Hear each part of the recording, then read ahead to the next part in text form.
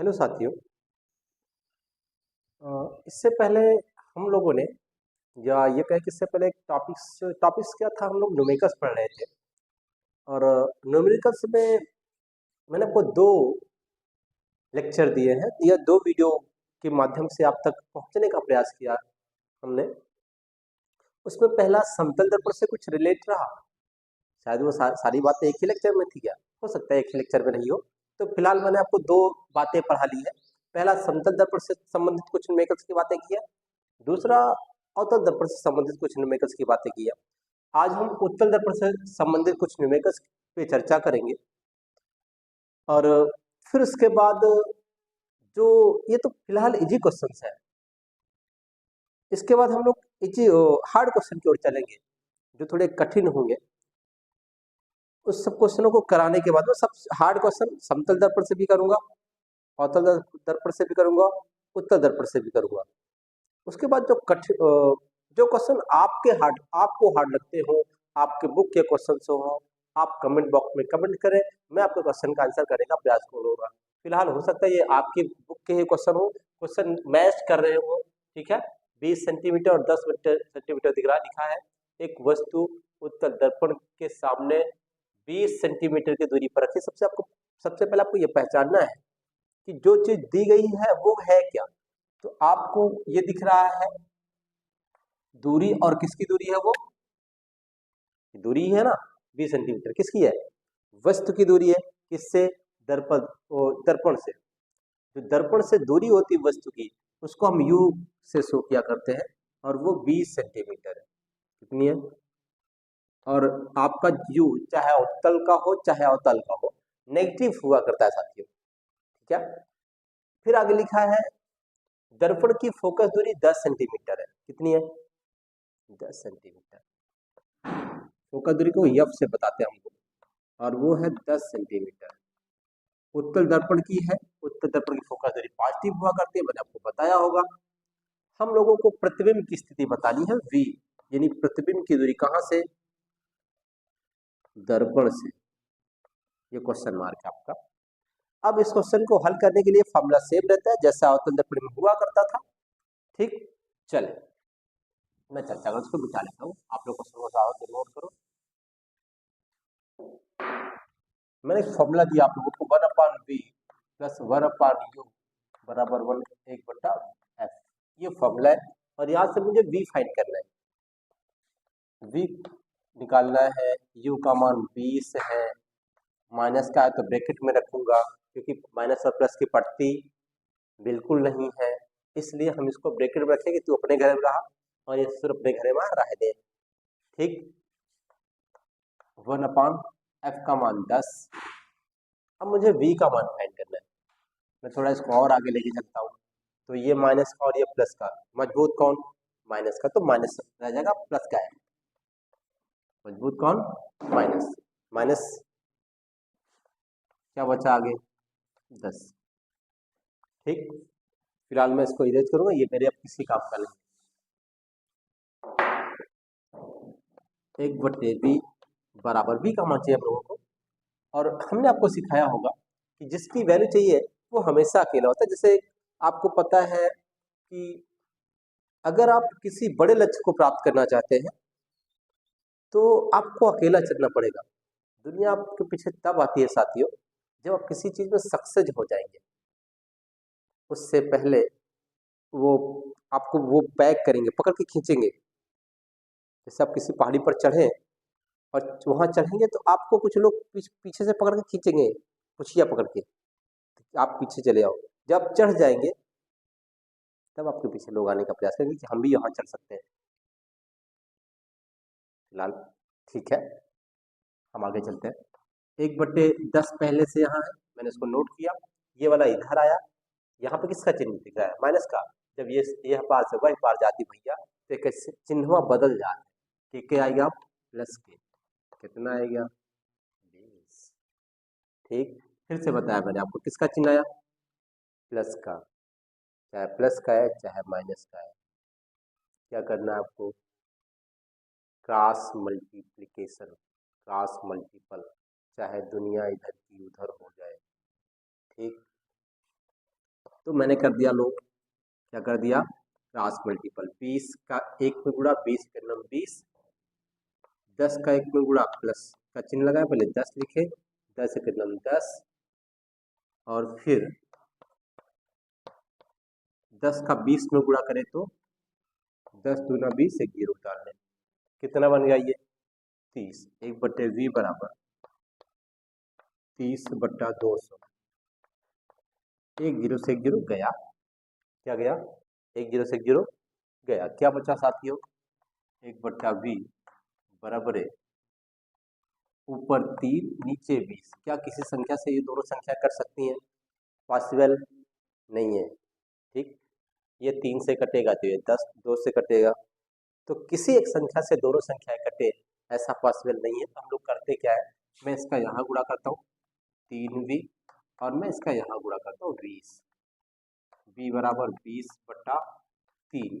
आपको पता है ये भाग से इधर जाएगा तो सॉरी गुणा से इधर जाएगा तो भाग में बदल जाता है, और भाग में जाने का मतलब ये तो कि वो नीचे लिखा जाएगा, ठीक साथियों। अब हम 20 को 3 से भाग दें, मतलब ऊपर वाली संख्या को हमेशा नीचे वाली संख्या से भाग दिया जाता है। अगर आपसे कोई नंबर लिख दिया जाए 3/2 और आपसे पूछा जाए कि साथियों भाग में कौन है और गुणा में कौन है, तो क्या बताएंगे, इसका मतलब है ये मल्टीपल में और ये भाग में, और जो भाग में होता है उस संख्या से भाग देना है जो गुणा में रहता है। इसका मतलब यह है कि आप 3 को 2 से भाग कर रहे हैं, इसी तरह हम 20 को 3 से भाग करेंगे, किसको, कितना बार जाएगा, 3 छंग 18, 2 उतारे, जीरो बढ़ाए, पॉइंट बढ़ाए, 3 छंग 18। ये प्रक्रिया कंटिन्यू चलती जाएगी, तो मैं लिखूंगा इसको आंसर में प्लस का 6.67 या सॉरी 666 आगे बढ़ता जाएगा, और आपका इतना सेंटीमीटर पॉजिटिव आया। और मैंने आपको बताया बी पॉजिटिव आने का मतलब है कि आपका प्रतिबिंब दर्पण के पाछे बन रहा है, ठीक साथियों। और जो चीजें दर्पण के पाछे बनती है वो आभासी और सीधा हुआ करती है। तो ये आपका पहला क्वेश्चन रहा। हम लोग अगले क्वेश्चन की ओर बढ़ते हैं। दूसरा क्वेश्चन आपका कुछ इस तरह का, तो हम लोगों का अगला क्वेश्चन है क्वेश्चन नंबर 2, ठीक। कुछ सेम है, कोई डिफरेंट नहीं है। एक उत्तल दर्पण की वक्रता त्रिज्या 30 सेंटीमीटर है। यदि वस्तु 15 सेंटीमीटर दूरी पर है तो प्रतिबिंब की स्थिति बताइए, या प्रतिबिंब की दूरी बताइए, जो भी कहें हम लोग। तो सबसे पहले आप लोगों को दिया है, क्या नोट करेंगे हम लोग, दिया है, दिया क्या किया गया है, आर दिया गया कितना 30 सेंटीमीटर, 30 सेंटीमीटर, और क्या दिया गया, ये क्या है, वस्तु है कितनी दूरी पर है 15 सेंटीमीटर, तो आपको यू दिया गया 15 सेंटीमीटर। आपको पता है कि आपको क्या चाहिए, प्रतिबिंब की स्थिति चाहिए, और आप यू वी एफ में संबंध जानते हैं, आर में कोई रिलेशन नहीं जानते कि यू वी आर से रिलेशन हो, जानते हैं क्या, ऐसा कोई फॉर्मूला जो हम तीनों का यूज करें, और इस पे दो पता है एक निकला है, कोई जानता है इसमें, नहीं जानते। हम लोग एफ और वी यू में संबंध जानते हैं, है ना। चलिए मैं इसको एफ में कन्वर्ट कर देता हूँ, किसमें, एफ में। देखिए एफ बराबर होता है r/2, आर का मान 30, 2 से भाग कर दे 15। अब आप एक बात ध्यान रखेंगे कि जब कभी भी आपको वक्रता त्रिज्या दी जाएगी तो मैं उसको एफ में तुरंत कन्वर्ट कर लूंगा और उसकी जगह 15 सेंटीमीटर लिखूंगा, मतलब उसका आधा कर लूंगा जो भी नंबर दिखेगा मुझे, ठीक। तो कुछ इस तरह से दिया गया है हम लोगों को, ठीक है। तो हम अब क्वेश्चन को सॉल्व करते हैं। मैं इसको इरेज कर लेता हूँ ताकि मेरे पास स्पेस बना रहे। देखिए मैं इधर सॉल्व करने का प्रयास करता हूँ। चलिए 1/v प्लस 1/u बराबर 1/f। 1/v नहीं पता है, प्लस 1/u किस पे रखेंगे, -15 रख देंगे बेटा, और f को प्लस में 15 रख देंगे, ठीक। तो 1/v 15 माइनस का लिखेंगे, माइनस की प्लस से पटती नहीं है, इसलिए इसको अलग घर में बंद रखेंगे। मेरी भी कुछ लोगों से पटती नहीं है, ठीक साथियों। तो जिनसे नहीं पड़ती वो अपनी जगह रहे, मैं अपनी जगह हूँ। कितना आया, ये भी 15 आ गया प्लस का।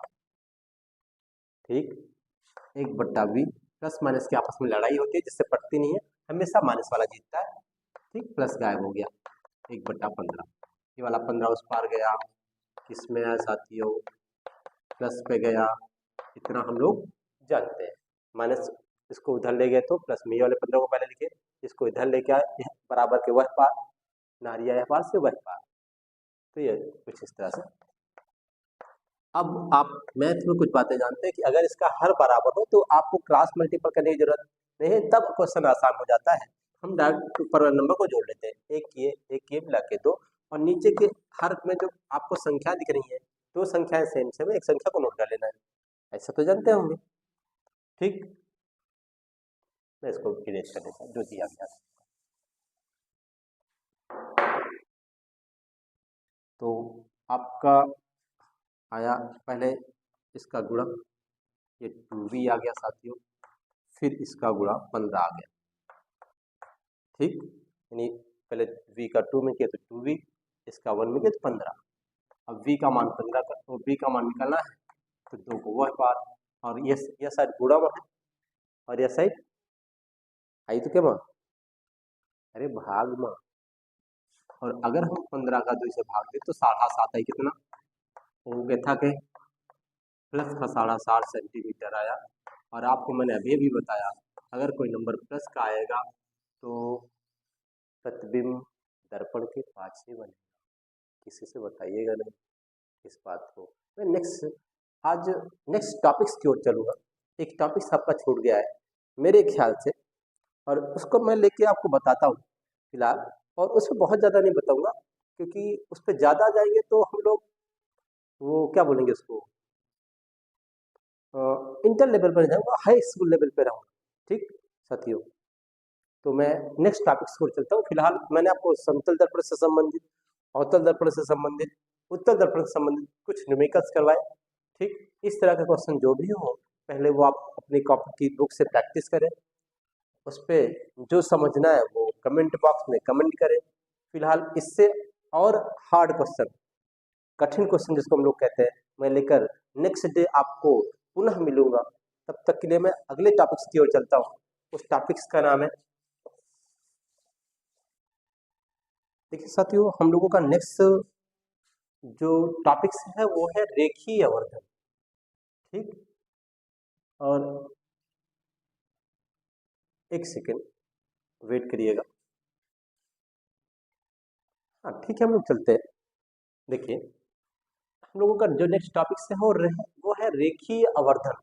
अंग्रेजी में इसको हम लोग कहते हैं लीनियर मैग्निफिकेशन। क्या कहते हैं, लीनियर मैग्निफिकेशन। ठीक साथियों, तो बहुत आसान सा टॉपिक्स है, मैं आपको समझाने का प्रयास करता हूँ। देखिए समझिए, इसको हम लोग m से शो किया करते हैं, m बराबर I/O हुआ करता है।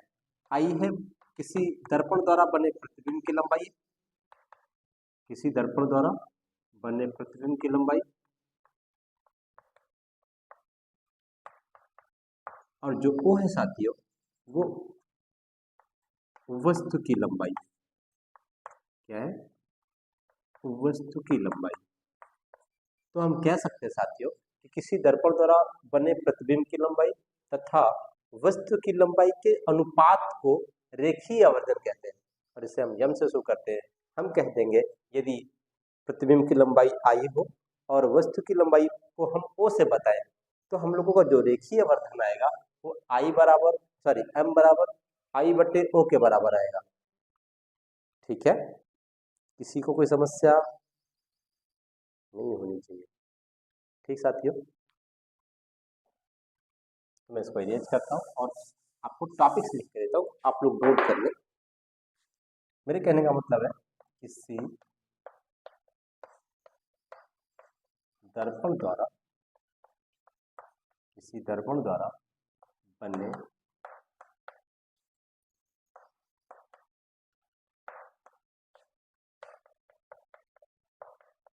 प्रतिबिंब की लंबाई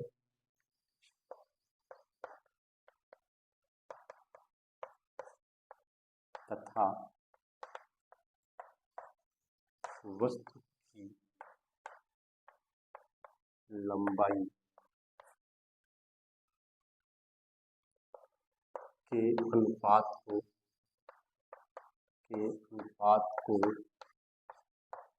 रेखीय आवर्धन कहते हैं।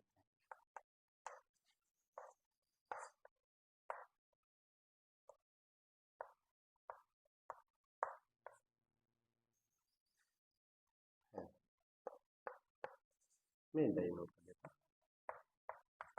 ठीक, अब हमको नए पेज से नई लाइन से लिखना है। यदि प्रतिबिंब की लंबाई I तथा वस्तु की लंबाई O हो तो यहाँ पे एक बात और लिख लेंगे साथियों, मेरे से छूट हो गई। इसे यहाँ लिख दीजिएगा, इससे m से व्यक्त करते हैं। इसके बाद है के बाद लिख दीजिएगा, इससे m से व्यक्त करते हैं, स्मॉल m से व्यक्त करते हैं। ठीक साथियों, कोई दिक्कत नहीं होनी चाहिए आपको। यदि प्रतिबिंब की लंबाई I तथा वस्तु की लंबाई O हो तो रेखीय आवर्धन m बराबर I बटा O, ये रही आपकी बात। ठीक साथियों, m जो रेखीय आवर्धन है, आप समझिए है क्या ये। इसके होने का मतलब ये है कि कोई दर्पण किसी वस्तु को कितना आवर्धित करके देगा। आवर्धित करने का मतलब होता बड़ा करके या छोटा करके देगा, मतलब उसके पास कौन सी क्षमता है, वस्तु को बड़ा करने की क्षमता है या छोटा करने की क्षमता है, या क्षमता ही नहीं। तो जैसे अगर हम बात करें तो अवतल दर्पण में वस्तु को क्या करने की क्षमता है, अवतल दर्पण में बड़ा करके दिखाने की क्षमता है। हम दर्पण के पास हो तो वो वस्तु को बड़ा करके दिखाता है, बहुत दूर हो तो अलग की बात है। बट अगर दर्पण के नजदीक हो तो वस्तु को क्या करता है, बड़ा करके दिखाता है। उसकी आवर्धन क्षमता x से अधिक होती है, एक के बराबर भी होती है, एक से कम भी होती है, तीनों बात रहती है। ठीक, इसी प्रकार उत्तल दर्पण की आवर्धन क्षमता एक से हमेशा कम होती है और समतल दर्पण की आवर्धन रेखीय आवर्धन एक हुआ करती है। आपने पढ़ा होगा मेरे पीछे वाले वीडियो पे या पीछे वाले टॉपिक्स में। ठीक है साथियों, मैं फिर से चलता हूँ, m बराबर I बटे। एक और बात ध्यान रखेंगे, इसको आप अपनी कॉपी में नोट कर लीजिएगा या इसको स्क्रीनशॉट मारिए, आपकी जैसी इच्छा वैसा कर लीजिएगा। और एक बात ध्यान दीजिए कि अगर हम जो गणितीय फॉर्म है इससे थोड़ा अलग दिखाएंगे, मतलब मैंने आपको पढ़ाते समय ये बताया होगा कि फिजिक्स में जो मैथमेटिकल रूप है, गणितीय रूप है, उसको हम लोग इस वर्ड नंबर संख्याओं से, सॉरी इसको क्या बोलेंगे, शब्दों से अलग रखेंगे, वो अलग नजर आ जाना चाहिए जो गणितीय रूप है। ठीक साथियों,